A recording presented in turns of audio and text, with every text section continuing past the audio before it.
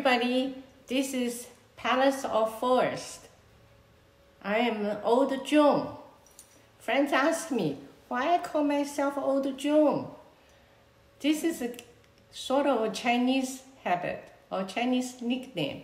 When you get close with somebody, you want to call him old something, the last name. So even with the country, with the people, like you saw American, you talk to him and get friendly, you call him Lao Mei. And a Mexican, you get close to him, you call him Lao Me. So it is a nickname, but a sort of friendly. And you can call your friend the last name Lao Liu or Lao Wang. So that's the habit. So I call myself Old Joan.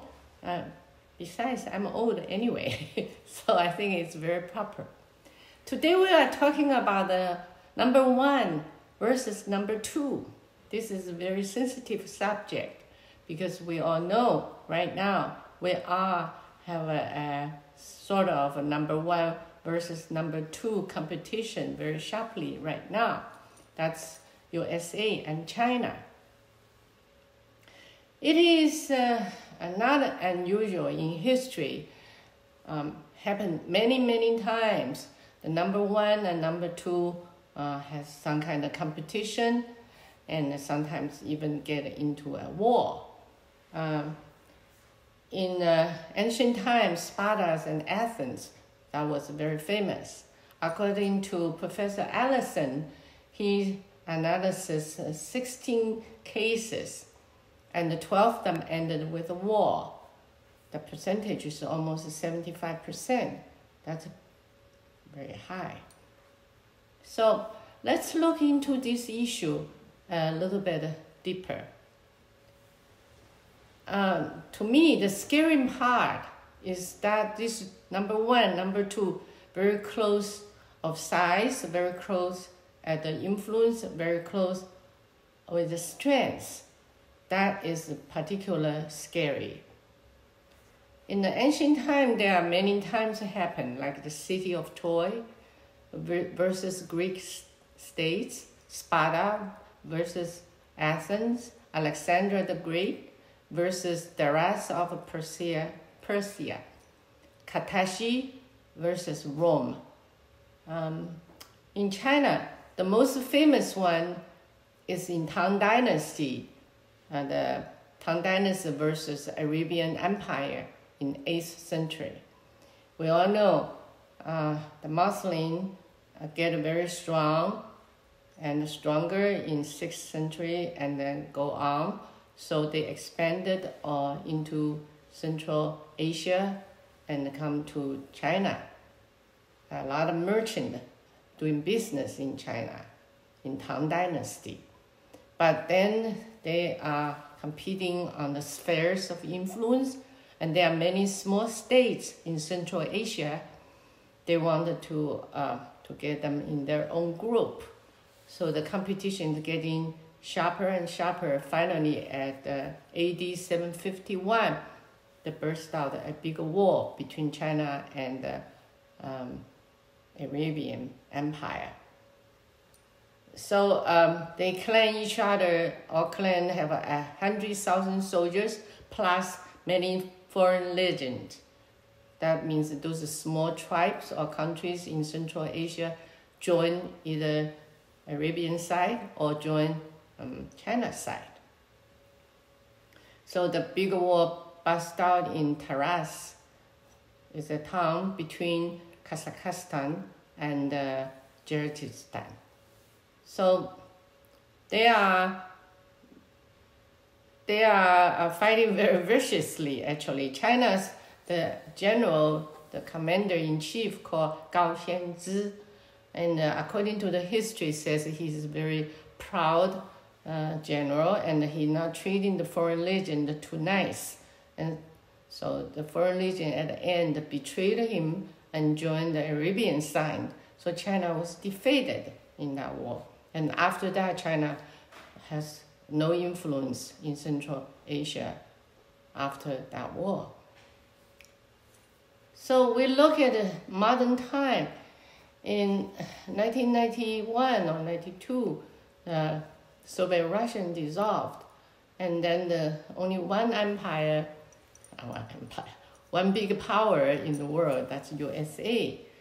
USA is very advanced in military, in technologies.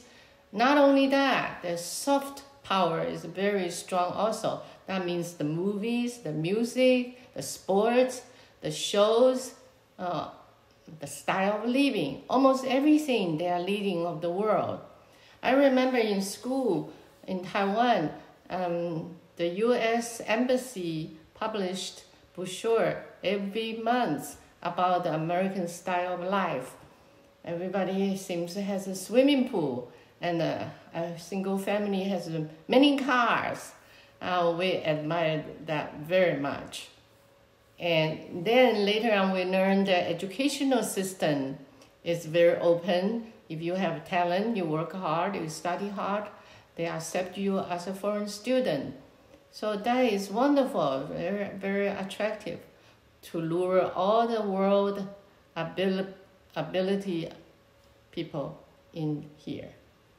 So that's the story. That's how they build to be a number one in all aspects: military, technology, educational, high, soft energy. Everything is the leader of the world. But look at China.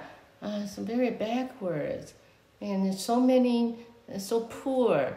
And between 1911 to 1949, there were about 400 wars in China. How do people live? Even after 1949, the Chinese Communists has many political movement. Particularly the last one, the Cultural Revolution, is 1976 to 1976. 1966 to 1976. 10 years. That's very bad influence. It's a chaos. There's no government. It's a disaster. And in the year 2000, China's GDP is probably around the 6th in the world. And after the new centuries, United States involved a lot of terror because of the 9/11. So involved in many anti-terrorist campaign, and so China has a chance to develop their own, to manufactures,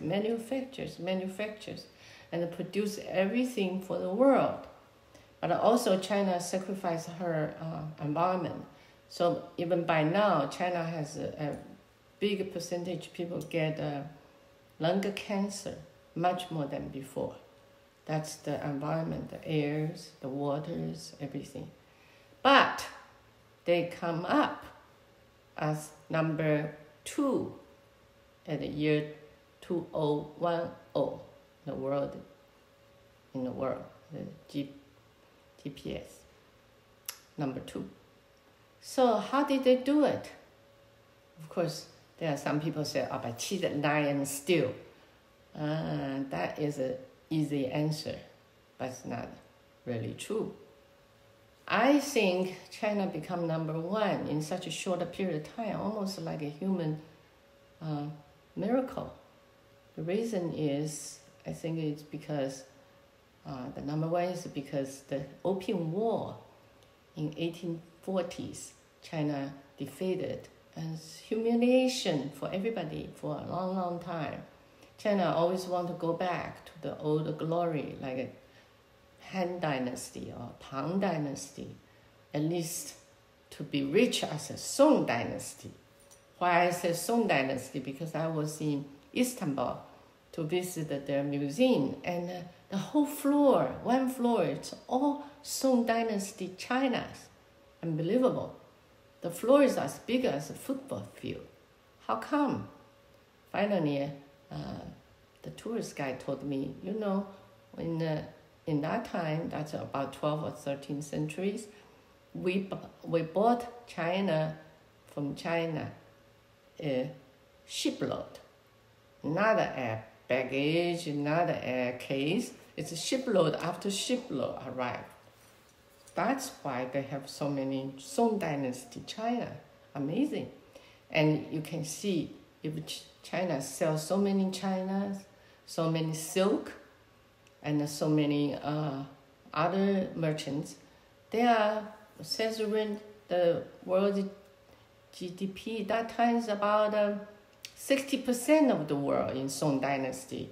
I don't know if that's true or not, but shows that dynasty was very rich and they can buy their peace. They always sign peace treaty with the North people, and then give them a lot of money, silk, and then just have the peace treaty. That's amazing. But okay, so forget about that. That's number one. I said China want to restore the old glories. So that's number one. And the number two is Chinese people in general is working hard people and all very tolerant. Even the government are very forceful, and they are not very rebellion. So it's as long as you give me food, I can live, I have children can grow up, and Chinese in general is pretty satisfied and work very hard. Number three, Chinese love money. That is the security. Because in our history, have so many natural disaster and so many government and not very responsible. And only money is the thing they believe can give you security. So Chinese love money and love to earn money. That's their drive. And then also the fourth one is Chinese has no religion. They don't have any national religion. Some people believe in Buddha, some people believe in Taoism. So you can believe whatever you want to believe. It's not a burden, so that's easy. And the number fifth is Chinese have a family system. The family tie is very close, probably more than most of the culture. That maybe is the one can help China build up so fast and so speed up, almost like a human miracle. Now, we talk about this competition, number one and number two. I hope the leaders of both sides can be very wise and can really bring the competition without a war. That's so important. Thank you for watching my show. I hope you like it, and please refer to all your friends and subscribe on the YouTube. Thank you.